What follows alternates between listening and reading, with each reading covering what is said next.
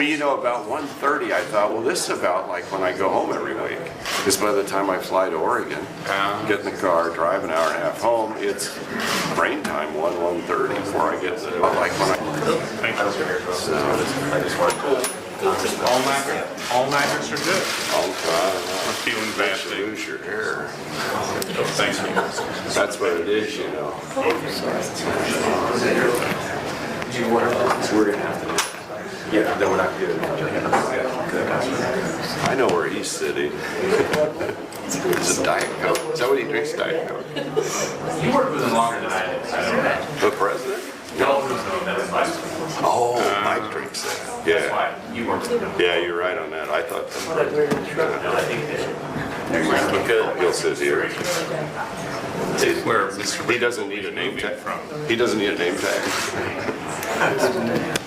Well,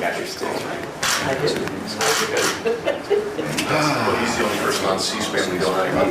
How you feeling for the president? Because it is interesting when you read the protocols about. I looked that up the other day and sent something, and it's like it's just fun to read back through. Yeah, yeah. No, you all did a great job covering it. I don't know. It's good.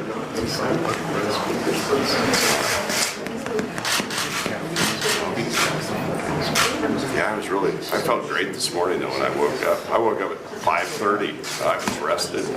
My son had Boy Scouts last night. Oh, he's Scout. What rank? Oh, he's just an Eagle Air? Oh, yeah. I'm an Eagle, so distinguished Eagle. Yeah. That's right. You need help with the government merit badge or whatever they call it. That's the equivalent of getting a doctorate or something. He's an Eagle. I didn't realize. Eagle's the top, yeah. Pete Sessions is, I am. But there are a few of us around. That's hard. Yeah. Yeah, I graduated high school when I was 17. Headed to Alaska for my freshman year in college, and I got it in just before I turned 18 till January. But yeah, that's where I was doing TV, you know. KTVF Fairbanks and college. And the Mighty 90, KFRB. I had radio and TV. Cool. It was fun. It's a great business. But we were in the radio business for 2 decades, so that's why they say I have a face for radio. Hello, everybody.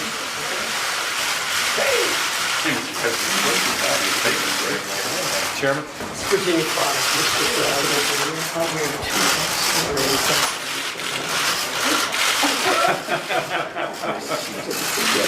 Mr. President.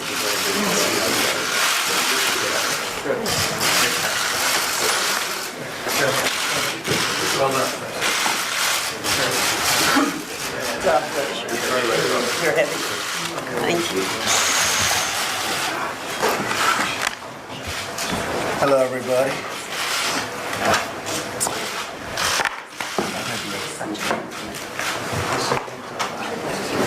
Mr. Vice President. Mr. President. I want to thank each of the House Committee leaders for being with us today. Your devotion and leadership has been amazing. I want to just applaud you and the diligent work of your committees to advance the Obamacare repeal and replacement legislation that we've been talking about for a long time and that we've been running with, and I ran with it, I can tell you. And that's what people want. They want repeal and replace. The bill passed just now through Ways and Means, and it will, I think the committee just voted recently, right? Yep. Your other committee? Energy and Commerce. And it was a very good vote, and congratulations, that was a good job, amazing. We must act now to save Americans from the imploding Obamacare disaster. Premiums have skyrocketed by double digits and triple digits in some cases. And as an example, Arizona, which I talk about all the time, 116% increase, and it's going up a lot higher. 17 would be a disaster for Obamacare. That's the year it was meant to explode, because Obama won't be here. That was when it was supposed to be. It'll get even worse. As bad as it is now, it'll get even worse. Choices are disappearing as one insurer drops out after another. Today, 1/3 of all counties now have only one insurer on the Obamacare exchanges, and the exchanges themselves are a disaster. The House Repeal and Replace plan ends the Obamacare tax hikes, cutting taxes by a disaster. The House Repeal and Replace plan ends the Obamacare tax hikes, cutting taxes by hundreds of billions of dollars. It eliminates the Obamacare mandate that forces Americans to buy government-approved plans. We all know that one. It provides states with flexibility over how Medicaid dollars are spent, giving power from Washington and back to local government, which we all want to see. They're going to do a much better job. And the plan empowers individual Americans to buy the health insurance that is right for them, not the plan forced on them by government. You all remember, you can keep your doctor, you can keep your plan. I know, Greg, you've never heard that, right? But it was said many, many times, and it turned out to be not true. This is the time we're going to get it done. We're working together. We have some great results. We have tremendous spirit. And I think it's something that's just going to happen very shortly. So thank you all very much, and we're going to get to work. Thank you.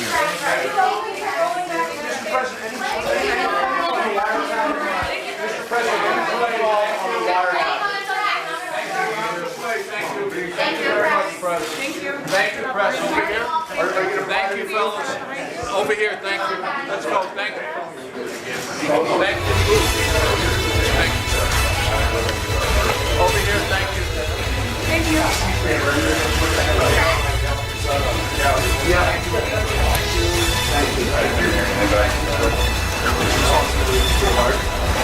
Did you hear him say anything again? I didn't know.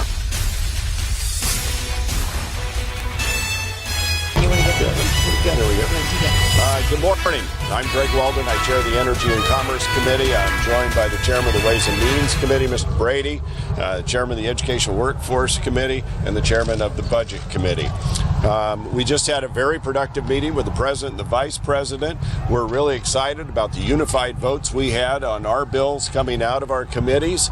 We had every Republican on every vote, and we are ready to move forward to repeal and replace Obamacare and restore power to the states and put Medicaid on a budget while not giving any room for people to fall through the cracks, get this insurance market up and operating in a way that will work for people so that they can afford insurance again. And so we're very excited about how this went. The president renewed his commitment to our process and was very pleased with our work, and we look forward to moving forward. With that, I'll turn it over to the chairman of the Ways and Means Committee, Kevin Brady. Thank you, Greg. Make no mistake, this was a historic week in the United States. After 7 long years of many Americans being hurt by Obamacare, the process begins in real time to repeal this law and to begin replacing it with affordable health care. In the Ways and Means Committee, 18 hours of deliberation, Republicans unified in support of this bill, and for this reason. And if you hear nothing else I say today, this is the most important one. There is so much more that unites Republicans than divides Republicans on this issue. Repealing these awful taxes, those subsidies, those mandates that have hurt our local businesses, we unite behind. Beginning to restore state control, beginning to give people real power and choice over their health care plan is what we all unite behind. We'll continue to listen. We'll continue to make improvements where we can, but there's no question this is the bill that at the end of the day will come to the president's desk, repeal Obamacare, and to begin to give Americans hope and relief again. And we are very much in favor of the three-pronged approach that we're doing. We know we're limited in what we can do in reconciliation, which is step 1, but step 2 and step 3 are coming very quickly after that. And in fact, the Education and Workforce Committee passed 3 bills this week that augment that third bucket that the Speaker's been talking about, the President's talking about. So we're moving forward, and we are unified. We want to repeal Obamacare and replace it with patient-centered health care. As the chairman of the Budget Committee and also as a nurse, I do understand health care, and I'm very excited about getting the bill that comes from Energy and Commerce and also from Ways and Means, and being able to bring those two bills together into one unified bill, which will be sent on to the Rules Committee. Having been with my members of the Budget Committee today, we are unified in what will be coming out of that bringing together of those two bills, and it's very exciting for me as a nurse, and especially in a state where we see an absolute implosion of what's happening in Obamacare. We actually have many counties in the eastern part of our state that do not have a single provider on the marketplace. We are rescuing the American people, and for a nurse, this is something that excites me to see that we're going to have patient-centered health care once again for the people of this country. Okay, question. Senator Cotton says that you should hit the pause button, start over, because this bill, he says, has no chance of passing in the Senate. What do you say? Well, what I'd say is we move forward in a very open and deliberative process. I look forward to working with him and other senators to move this thing forward. I think it's the reforms that the American people ask us to do. We are ready to go, and the worst thing we could do is hit the pause button and continue Obamacare and its broken policies that are hurting our people. And so we look forward to working. I know Tom. Tom's a friend. I served with him in the House. I think we've got a very good piece of legislation here that is the right step forward to keep the promise to the American people to repeal and replace Obamacare, and it's time we move forward. Are you open to major changes or just Go ahead. Can you explain the impact of this plan on drug treatment coverage for Americans on Medicaid? Well, you're going to see not only the changes we made in this plan to evolve back to the states more authority to take care of the patients and people they serve, but also we put in place funds that they will be able to access directly to take care of people who are afflicted with various issues, including drug addiction or mental health issues. So we care very much about that. And so there's through the Patient and State Stability Fund, there's money there. $100 billion over 10 years. States will be able to make that decision, and they'll have more flexibility in how they manage the people that they care for today. They won't have to come to Washington to get approval from somebody. Congressman, I spoke with you used the word affordable earlier, and one of the talking points on the problems with Obamacare has been that it forces people to buy plans that have features that they don't need. When you talk about affordable health insurance, what sort of coverage levels do you consider to be appropriate and affordable that could provide people with it's a good question. they need that's not just catastrophic coverage? Right. And so we have that safeguard in the bill we move forward, but we also allow some flexibility because now people are being forced to buy plans that don't work for them, they can't afford, so they pay the IRS the tax penalty instead. They don't get into the market, and 45% of those are under the age of 35. So younger people that we need in the market, we need to fix a plan that works for that age group, and we've done that here. Yeah. So real quick question. This morning I spoke with probably about 8 congressmen. He said they're getting emails and letters this morning from constituents saying, why don't you just give us the plan that Congress has? Can you address that situation? Why can't Congress just give everybody else the thing? I appreciate that plan because I'm in the DC Shop Exchange under Obamacare. So when we fix Obamacare or we don't fix Obamacare, we're directly affected. I'm on a Blue Cross plan through the Obamacare Exchange right here in Washington. By law, that's where we belong. I supported that all along. So I'm seeing it too. As our premiums go up and our costs go up, I'm living it. And so we have that. I want to get back to where we all have better choices. That's where we're headed in this legislation. Quick follow-up, if I may. Thank you. Mr. Chairman? Mr. Chairman? But about 1:30, I thought, well, this is about like when I go home every week. Because by the time I fly to Oregon, get in the car, drive an hour and a half home, it's brain time, 1:30 before I get to like when I. Thank you. I just wanted to. All-nighters are good. I'm feeling bad to today. lose your hair. Thanks, man. That's what it is, We're going to have to. Yeah, then we're not going to do it.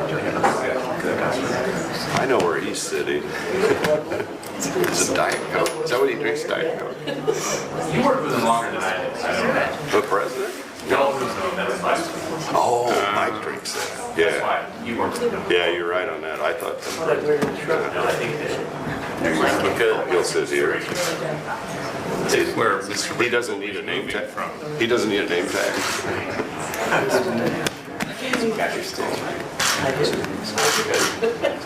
Well, he's the only person on C-SPAN we don't like. How you feeling for the president? It is interesting when you read the protocols about. I looked that up the other day and said something, and it's like it's just fun to read back through.